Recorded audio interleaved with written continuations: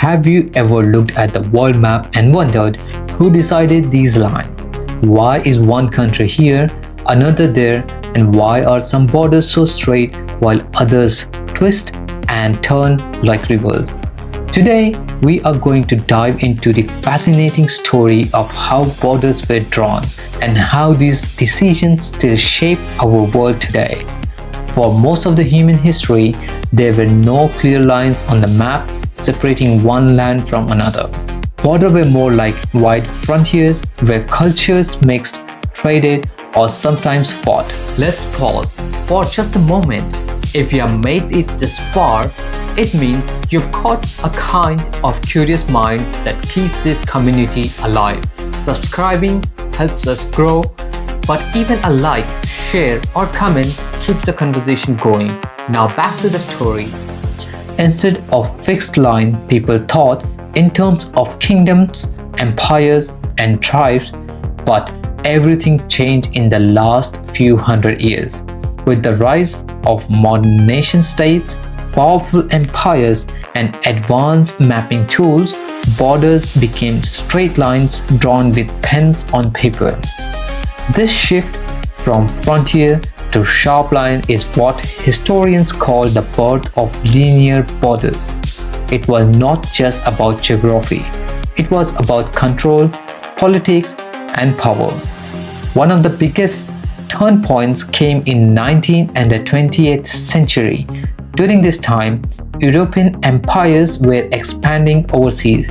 They needed clear rules to avoid fighting each other over land. At the Berlin Conference of 1884-85, European leaders sat around maps and literally drew lines across Africa.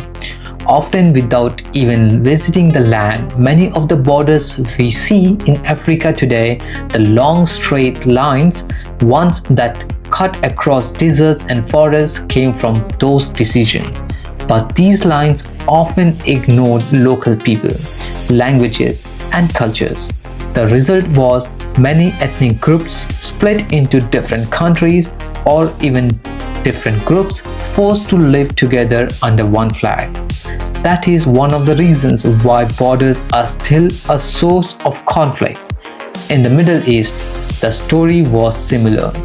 After World War I, the Ottoman Empire collapsed, and the Britain and the France divided the region using agreements like the Sykes-Picot Treaty. Borders for countries like Iraq, Syria, and Jordan were drawn by outsiders who wanted influence, not by the people who lived there. These artificial lines created tensions and continue even today. In Asia and South America, borders also shifted through wars, treaties, and colonial deals. But across the world, one thing was common. New technology like surveying, modern maps, and international law made it possible to create precise borders that government could enforce. So when you look at the map today, remember that these borders are not natural. They are human decisions often made for political convenience rather than cultural reality.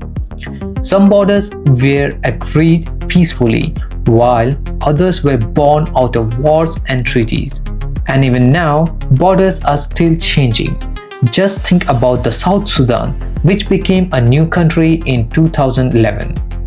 Or the continuing debates over places like Crimea and Kashmir. Borders may seem permanent, but history shows us they are never truly fixed. They carry the weight of past decisions and shape the future of nations.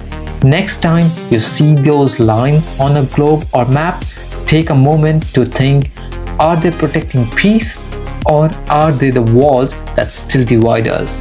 Maybe in the future, the way we think about borders will change again. Appreciate you sticking around till the end. If this video added value, drop a like, subscribe, and hit the bell so you are always in the loop. This community is all about curiosity and growth, and we are just getting started.